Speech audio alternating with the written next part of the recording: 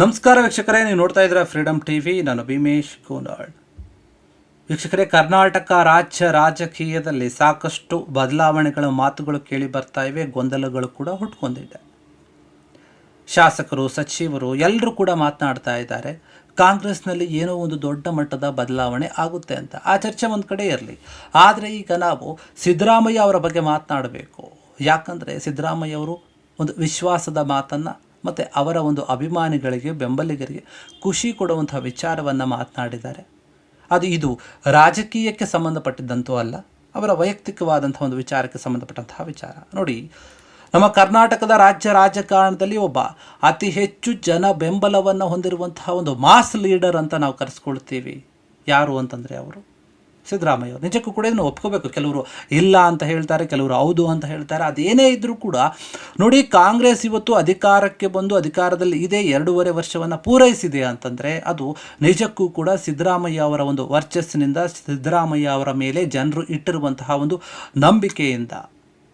ಡಿ.ಕೆ. ಶಿವಕುಮಾರ್ ಅವರು ಕೂಡ ಪಕ್ಷಕ್ಕೋಸ್ಕರ ಕಷ್ಟಪಟ್ಟಿದ್ದಾರೆ, ದುಡಿದಿದ್ದಾರೆ, ಕೆಲಸ ಮಾಡಿದ್ದಾರೆ, ಇರಬಹುದು, ಇಲ್ಲ ಅಂತ ಹೇಳಲ್ಲ. ಅವರ ಒಂದು ಸೇವೆಯನ್ನು ಕೂಡ ನಾವು ಅಲ್ಲಗಳೆಯೋಕ್ಕಾಗಲ್ಲ. ಆದರೆ ಸಿದ್ದರಾಮಯ್ಯ ಅವರಿಗೆ ಇರುವಂಥ ಒಂದು ವರ್ಚಸ್ಸು ಡಿ.ಕೆ. ಶಿವಕುಮಾರ್ಗಿಂತ ಒಂದು ಕೈ ಮೇಲೇನ ಅಂತ ಹೇಳ್ಬೋದು ಇದನ್ನು. ಯಾಕಂದರೆ ನಿಜಕ್ಕೂ ಕೂಡ ತುಂಬ ಜನ ಇದನ್ನು ಒಪ್ಪುತ್ತಾರೆ, ಕೆಲವರು ಒಪ್ಪಲ್ಲ. ಅದೇನೇ ಇದ್ದರೂ ಕೂಡ ಆದರೆ ನಾವು ಸರಿಯಾದ ರೀತಿಯಲ್ಲಿ ಗಮನಿಸಿದಾಗ ಅದು ಹೌದು ಅಂತಾನೆ ಅನಿಸುತ್ತೆ. ಡಿ.ಕೆ. ಶಿವಕುಮಾರ್ ಅವರು ಬೆಳೆದುಕೊಂಡು ಬಂದಂಥ ಒಂದು ರಾಜಕೀಯ ದಾರಿನೇ ಬೇರೆ ಇದೆ, ಅದೇ ರೀತಿಯಾಗಿ ಸಿದ್ದರಾಮಯ್ಯ ಅವರು ನಡೆದುಕೊಂಡು ಬಂದಂಥ ಒಂದು ದಾರಿ ಬೇರೆಯೇ ಇದೆ. ಯಾಕಂದರೆ ಸಿದ್ದರಾಮಯ್ಯ ಅವರು ಕರ್ನಾಟಕದಲ್ಲಿ ಅತಿ ಹೆಚ್ಚು ಬಾರಿ ಬಜೆಟನ್ನು ಮಂಡನೆ ಮಾಡಿದಂತಹ ವ್ಯಕ್ತಿ, ಮತ್ತು ರಾಜಕೀಯವಾಗಿ CM ಆಗಿ ಅತಿ ಹೆಚ್ಚು ವರ್ಷಗಳ ಕಾಲ ಅವಧಿಯಲ್ಲಿ ಇದ್ದಂತಹ ವ್ಯಕ್ತಿ ಎನ್ನುವಂತಹ ಒಂದು ಕೀರ್ತಿಗೆ ಕೂಡ ಪಾತ್ರರಾಗುತ್ತಾರೆ. ಜನವರಿ ತಿಂಗಳ ತನಕ ಅವರು ಮುಂದುವರೆದ್ರೆ ಇಂತಹ ವ್ಯಕ್ತಿ ಈಗ ಮಾತನಾಡ್ತಾ ಇದ್ದಾರೆ. ಅದೇನು ಅಂತಂದರೆ ನೋಡಿ, ನಾನು ಇನ್ನೂ ಕೂಡ 100 ವರ್ಷಗಳ ಕಾಲ ಬದುಕ್ತೀನಿ ಅಂತ ಖಚಿತವಾಗಿ ಹೇಳುತ್ತಾ ಇದ್ದಾರೆ. ಅವರಿಗೆ ಏನೋ ಒಂದು ಖುಷಿಯಿಂದ ಹೇಳ್ಕೊಂಡಂತಹ ವಿಚಾರ. ಇದ್ರ ಬಗ್ಗೆ ನಾವು ಮಾತನಾಡೋಣ. ರಾಜಕೀಯ ಒಂದು ವಿಚಾರಗಳು, ರಾಜಕೀಯದ ಊಹಾಪೋಹದ ಮಾತುಗಳು, ಟೀಕೆಗಳು ಇವೆಲ್ಲವೂ ಕೂಡ ಇದ್ದಿದ್ದೆ. ಆದರೆ ಈಗ ಏನು ಹೇಳಿದ್ದಾರೆ ಸಿದ್ದರಾಮಯ್ಯ ಅವರು, ನಿಜಕ್ಕೂ ಕೂಡ ಅದು ಒಂದು ಕಡೆ ಖುಷಿ ಕೊಡುತ್ತೆ ಕೇಳೋಕ್ಕೇನೆ. ನೋಡಿ, ಅವ್ರು ಹೇಳ್ತಾರೆ, ನನಗೀಗ 78 ವರ್ಷ ತುಂಬಿ 79 ವರ್ಷ ಆಗಿದೆ, ನಡೀತಾ ಇದೆ. ನಾನಂತೂ ಕನಿಷ್ಠ ಅಂದರೂ ಕೂಡ ಒಂದು 100 ವರ್ಷ ಆದರೂ ಬದುಕ್ತೀನಿ ಅಂತ ಹೇಳಿ ಸಿದ್ದರಾಮಯ್ಯ ಹೇಳಿದ್ದಾರೆ. ಮುಖ್ಯಮಂತ್ರಿಯವರು ಮೈಸೂರಿನಲ್ಲಿ ಮಾತನಾಡ್ತಾ ಹೇಳ್ತಾರೆ, ಒಂದು ಕಾರ್ಯಕ್ರಮದಲ್ಲಿ ಭಾಗಿಯಾಗಿರ್ತಾರೆ ಅವರು. ಈಗ ನನಗೆ 79 ಆಗಿದೆ, 79 ವರ್ಷ 4 ತಿಂಗಳಾಗಿದೆ, 100 ವರ್ಷ ನಾನು ಬದುಕ್ತೀನಿ, ಕೆಲವೊಂದು ವಿಚಾರ ನಿಮಗೆ ಹೇಳ್ತೀನಿ ಅಂತ ಹೇಳ್ತಾರೆ ಸಿದ್ದರಾಮಯ್ಯ ಅವರು. ನೋಡಿ, ಹಿಂದೆ ಆದಂಥ ಒಂದು ಘಟನೆ, ಅದು ಗಾಂಧೀಜಿ ಅವರಿಗೆ ಆದಂಥ ಒಂದು ಘಟನೆಯನ್ನು ನೆನಪಿಸಿ ಹೇಳ್ತಾರೆ. ಏನಂದರೆ, ಗಾಂಧೀಜಿ ಅವರಿಗೆ ಒಬ್ಬರು ಪತ್ರವನ್ನು ಬರೆದಿರ್ತಾರೆ, ನೀವು 100 ವರ್ಷ ಬದುಕಿ ಅಂತ ಹೇಳಿ ಕೇಳ್ಕೊಂಡಿರ್ತಾರೆ ಅವರು ಪತ್ರದಲ್ಲಿ. ಆಗ ಗಾಂಧೀಜಿಯವರು ಅದಕ್ಕೇನು ಉತ್ತರ ಕೊಟ್ಟಿರ್ತಾರೆ ಅಂದರೆ, ನಾನು 25 ವರ್ಷ ಬದುಕಬೇಕು ಅಂತ ಇದ್ದೀನಿ ಅಂತ ಹೇಳಿ ಗಾಂಧೀಜಿಯವರು ಉತ್ತರ ಕೊಟ್ಟಿರ್ತಾರೆ. ಆ ಒಂದು ವಿಚಾರವನ್ನು ಕೂಡ ಇವರು ನೆನಪು ಮಾಡ್ಕೊಂಡು ಹೇಳ್ತಾರೆ. ಗಾಂಧೀಜಿಯವ್ರಿಗೆ ಹಂಗೆ ಪತ್ರ ಬರೆದಿದ್ರು, ಅವರು ಹಾಗೆ ಹೇಳಿದರು, ಆದರೆ ನನಗೀಗ ಯಾರೂ ಬರೆದಿಲ್ಲ. ಆದರೂ ನಾನು ಹೇಳ್ತಾ ಇದ್ದೀನಿ, ನನಗೇನೀಗ 79 ವರ್ಷ ವಯಸ್ಸಾಗಿದೆ, ನಾನೊಂದು ಕನಿಷ್ಠ ಪಕ್ಷ ಅಂದರೂ 100 ವರ್ಷ ಬದುಕ್ತೀನಿ ಅನ್ನುವಂಥ ಒಂದು ವಿಶ್ವಾಸವನ್ನು ವ್ಯಕ್ತಪಡಿಸಿದ್ದಾರೆ. ರಾಜಕೀಯದಲ್ಲಿರುವಂಥ ಒಬ್ಬ ಧೀಮಂತ ನಾಯಕ ಸಿದ್ದರಾಮಯ್ಯ ಅವರು ಒಪ್ಕೋಬೇಕಾಗುತ್ತೆ ಈ ಒಂದು ಮಾತನ್ನು. ಆದರೆ ಅವರು ತಮ್ಮ ವಿಚಾರವನ್ನು ಹೇಳ್ಕೊಳ್ತಾ ಇದ್ದಾರೆ. ಜನರ ಒಂದು ಆಶೀರ್ವಾದ ಇದ್ದಾಗಲಷ್ಟೇ ನಾವು ಅಧಿಕಾರದಲ್ಲಿ ಇರೋಕ್ಕೆ ಸಾಧ್ಯ.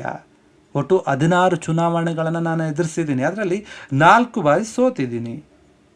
KSY ಒಂದು ಘಟಿಕೋತ್ಸವ ಕಾರ್ಯಕ್ರಮ ಏನಿತ್ತು ಅದರಲ್ಲಿ ಮಾತನಾಡ್ತಾರೆ. ವಕೀಲ ರವಿಕುಮಾರ್ ಅವರಿಗೆ ಒಂದು ಸನ್ಮಾನ ಕಾರ್ಯಕ್ರಮ ಇರುತ್ತೆ, ಪ್ರಶಸ್ತಿ ಪ್ರದಾನ ಮಾಡೋದು. ಅದೇನೆಂದರೆ ದೇವರಾಜ ಅರಸು ಮತ್ತು LG ಹಾವನೂರು ಅನ್ನುವಂಥ ಪ್ರಶಸ್ತಿ ಏನಿದೆ ಅದನ್ನು ಕೊಡುವಂಥ ಸಂದರ್ಭದಲ್ಲಿ ಮಾತನಾಡ್ತಾರೆ. ಮತ್ತು ಮೂಢನಂಬಿಕೆಗಳ ಬಗ್ಗೆ ಕೂಡ ಸಿದ್ದರಾಮಯ್ಯವರು ಮಾತನಾಡ್ತಾರೆ, ಘಂಟಾಘೋಷವಾಗಿ ಹೇಳುತ್ತಾರೆ.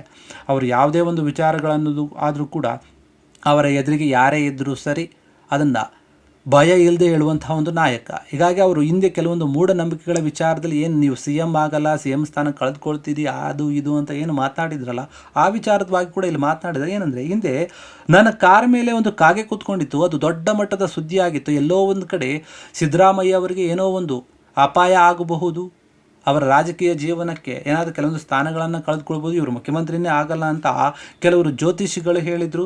CM ಸ್ಥಾನ ಹೋಗುತ್ತೆ ಅಂತ ಕೂಡ ಹೇಳಿದ್ರು, ಎದುರಿಸಿದ್ರು. ಆದರೆ ನಾನು ಯಾವುದನ್ನು ನಂಬುವಂತಹ ವ್ಯಕ್ತಿ ಅಲ್ಲ. ಆದರೆ ಆ ರೀತಿಯಾಗಿ ನನ್ನ ಕಾರ್ ಮೇಲೆ ಕಾಗೆ ಕೂತ್ಕೊಂಡಾಗಲೇ ಮತ್ತು ಜ್ಯೋತಿಷಿಗಳು CM ಸ್ಥಾನವನ್ನು ಕಳ್ಕೊಳ್ತೀನಿ ಅಂತ ಹೇಳಿದಾಗಲೇ ನಾನು 5 ವರ್ಷಗಳ ಕಾಲ ಅಧಿಕಾರದಲ್ಲಿದ್ದೆ, CM ಆಗಿ 5 ವರ್ಷ ಪೂರೈಸಿದ್ದೀನಿ ಕೂಡ. ಇದೆಲ್ಲ ಹೆಂಗೆ ನಂಬ್ತೀರಿ ನೀವು? ಅಂತ ಹೇಳ್ತಾರೆ. ಈಗ ನಾನು 2ನೇ ಅವಧಿಯಲ್ಲಿ CM ಆಗಿದ್ದೀನಿ. CM ಆಗಿ 2.5 ವರ್ಷ ಕೂಡ ಪೂರೈಸಿದ್ದೀನಿ. ಕಳೆದೋಗಿದೆ 2.5 ವರ್ಷ. ಈಗಲೂ ಕೂಡ ಮುಂದುವರಿತಾ ಇದ್ದೀನಿ. ಹಾಗಾದರೆ ಇದಕ್ಕೆ ನೀವೇನು ಹೇಳ್ತೀರಿ? ಇನ್ನು ರವಿಕುಮಾರ್ ಶಾರದೆ ಏನಿದ್ದಾರೆ, ಅವರು ಕೂಡ ಯಾರು ಸನ್ಮಾನ ಮಾಡಿಸ್ಕೊಂಡ್ರಲ್ಲ, ಅವರು ಅಮಾವಾಸ್ಯೆ ದಿನವೇ ಮದುವೆ ಆಗಿದ್ದಾರೆ. ಅದ್ರ ಬಗ್ಗೆ ಏನು ಹೇಳ್ತೀರಿ? ನೋಡಿ, ನಮ್ಮಲ್ಲಿ ನಂಬಿಕೆಗಳಿರಬೇಕು ಹೊರತು ಮೂಢನಂಬಿಕೆಗಳು ಇರಬಾರ್ದು. ಸಿದ್ದರಾಮಯ್ಯ ಅವರು ಹೇಳ್ತಾರೆ, ಇದು ಜನರಿಗೆ, ಜನ ಸಮಾಜಕ್ಕೆ ಇವರು ನಾರ್ಮಲ್ ಆಗಿ ಹೇಳುವಂತಹ ವಿಚಾರ. ಇದು ರಾಜಕೀಯ ವಿಚಾರಗಳಂತೂ ಅಲ್ಲ. ಹೀಗಾಗಿ ನೋಡಿ, ನಂಬಿಕೆಗೂ ಮೂಢನಂಬಿಕೆಗೂ ಸಾಕಷ್ಟು ವ್ಯತ್ಯಾಸಗಳಿದೆ. ನನ್ನ ವಿಚಾರದಲ್ಲಿಯೂ ಕೂಡ ಬರುತ್ತೆ, ನಿಮ್ಮ ವಿಚಾರದಲ್ಲಿಯೂ ಕೂಡ ಬರುತ್ತೆ. ಹೀಗಾಗಿ ಯಾವುದನ್ನು ನಂಬಬೇಕು, ಯಾವುದನ್ನು ನಂಬಬಾರ್ದು ಅನ್ನೋಂಥದ್ದನ್ನು ನಮ್ಮ ಜನರು ತಿಳ್ಕೋಬೇಕು ಅಂತ ಹೇಳಿ ಒಂದು ರೀತಿಯಲ್ಲಿ ಬುದ್ಧಿಯ ಮಾತುಗಳನ್ನು ಹೇಳಿರುವಂಥದ್ದು. ನಮ್ಮಲ್ಲಿ ಮೂಢನಂಬಿಕೆಗಳು ಜಾಸ್ತಿ ಇದೆ. ನೀವೇ 5 ವರ್ಷ CM ಆಗಿರಬೇಕು ಅಂತ ಅದೇ ಸಮಯದಲ್ಲಿ ಅಭಿಮಾನಿಗಳಲ್ಲಿ ಕೂಗ್ಕೊಂತಾರೆ. ಕಾರ್ಯಕ್ರಮದಲ್ಲಿ ಸೇರಿದಂಥ ಅಭಿಮಾನಿಗಳು ಅವಾಗ ಹೇಳ್ತಾರೆ, ಅದಕ್ಕೂ ಕೂಡ ಸಿದ್ದರಾಮಯ್ಯ ಅವರು, ನೋಡಿ, ನನ್ನ ಹತ್ರ ಏನಿಲ್ಲಪ್ಪ, ನನ್ನ ಹತ್ರ ಕೂಗಿದ್ರೆ ಏನು ಬರುತ್ತೆ, ನೀವು ಹೋಗಿ ಹೈಕಮಾಂಡ್ ಅವ್ರ ಹತ್ರ ಕೂಗಿ, ಹೈಕಮಾಂಡೇ ತೀರ್ಮಾನ ಮಾಡುತ್ತೆ. ನಮ್ಮ ಪಕ್ಷದಲ್ಲಿ ಹೈಕಮಾಂಡ್ ಒಂದು ನಿರ್ಧಾರ ಅಂತಿಮ ಆಗಿರೋದ್ರಿಂದ ನಾನೇ CM ಆಗಿರಬೇಕು, ಇನ್ನೊಬ್ಬರು ಆಗಬೇಕು, ಚೇಂಜ್ ಮಾಡಬೇಕು, ಚೇಂಜ್ ಮಾಡಬಾರ್ದು, ಅದೆಲ್ಲ ನಿರ್ಧಾರಗಳು ಇರೋದು ಕೂಡ ಹೈಕಮಾಂಡ್ ಜೊತೆ, ಹೈಕಮಾಂಡ್ ಹತ್ರ ಇರಬೇಕು. ಜನರ ಅಭಿಮಾನ ನನ್ನ ಮೇಲಿದೆ, ಅದೇ ನನಗೆ ಖುಷಿ.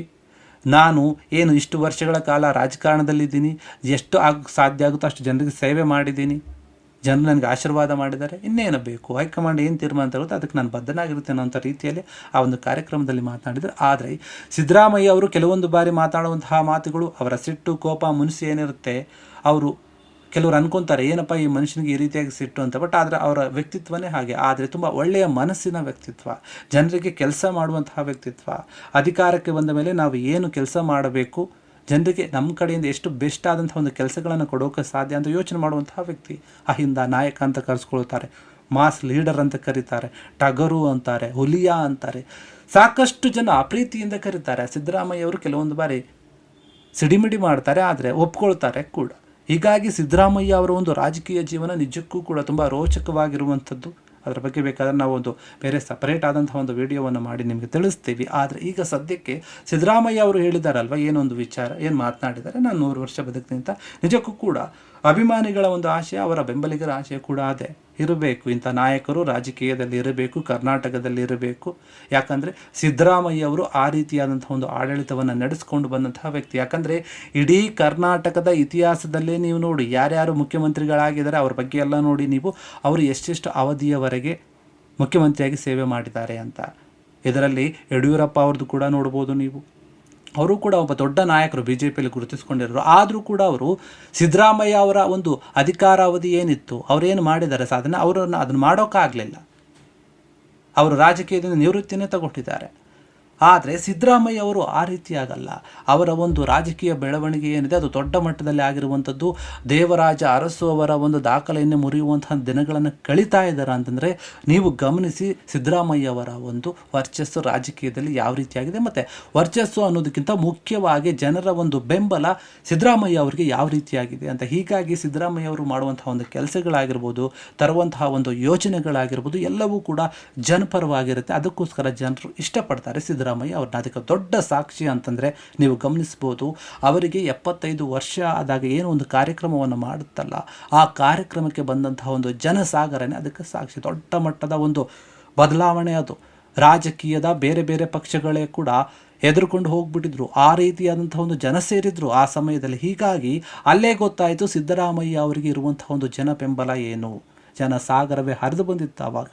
ಹೀಗಾಗಿ ಸಿದ್ದರಾಮಯ್ಯ ಅವರು ನಿಜಕ್ಕೂ ಕೂಡ ರಾಜಕೀಯದಲ್ಲಿ ಇಷ್ಟು ವರ್ಷಗಳ ಕಾಲ ಏನು ಸಕ್ರಿಯವಾಗಿದ್ದಾರೆ, ಈಗ ಮುಖ್ಯಮಂತ್ರಿಗಳಾಗಿ ಏನು ಮುಂದುವರಿತಾ ಇದ್ದಾರೆ, ಅದೇ ರೀತಿಯಾಗಿ ನಡ್ಕೊಂಡು ಹೋದರೆ ಕರ್ನಾಟಕ ರಾಜಕೀಯ ಇನ್ನೂ ಕೂಡ ಚೆನ್ನಾಗಿರುತ್ತೆ. ಕಾಂಗ್ರೆಸ್ ತುಂಬ ಪ್ರಬಲವಾಗಿದೆ ಇಲ್ಲಿ ಕರ್ನಾಟಕದಲ್ಲಿ ಬೇರೆ ಒಂದು ರಾಜ್ಯಗಳಿಗೆ ಹೋಲಿಸಿದರೆ. ಹೀಗಾಗಿ ಹೈಕಮಾಂಡ್ ಕೂಡ ಎಲ್ಲೋ ಒಂದು ಕಡೆ ಸಿದ್ದರಾಮಯ್ಯ ಅವರನ್ನು ಒಂದು CM ಸ್ಥಾನದಿಂದ ಕೆಳಗೆ ಇಳಿಸಬೇಕಾ ಬೇಡವಾ ಅನ್ನುವಂಥ ಒಂದು ಯೋಚನೆ ಮಾಡ್ತಾ ಇದೆ, ಹಿಂದೇಟು ಹಾಕ್ತಾ ಇದೆ, ಮೌನವನ್ನು ವಹಿಸಿದೆ. ಅಂದರೆ ನಾವು ತಿಳ್ಕೊಳ್ಬೇಕು ಸಿದ್ದರಾಮಯ್ಯ ಅವರ ಒಂದು ಗತ್ತು ಗಮ್ಮತ್ತು ಏನು ಅಂತ. ವೀಕ್ಷಕರೇ, ಇದಿಷ್ಟು ಸಿದ್ದರಾಮಯ್ಯ ಅವರಿಗೆ ಸದ್ಯಕ್ಕೆ ಸಂಬಂಧಪಟ್ಟಂತಹ ವಿಚಾರ.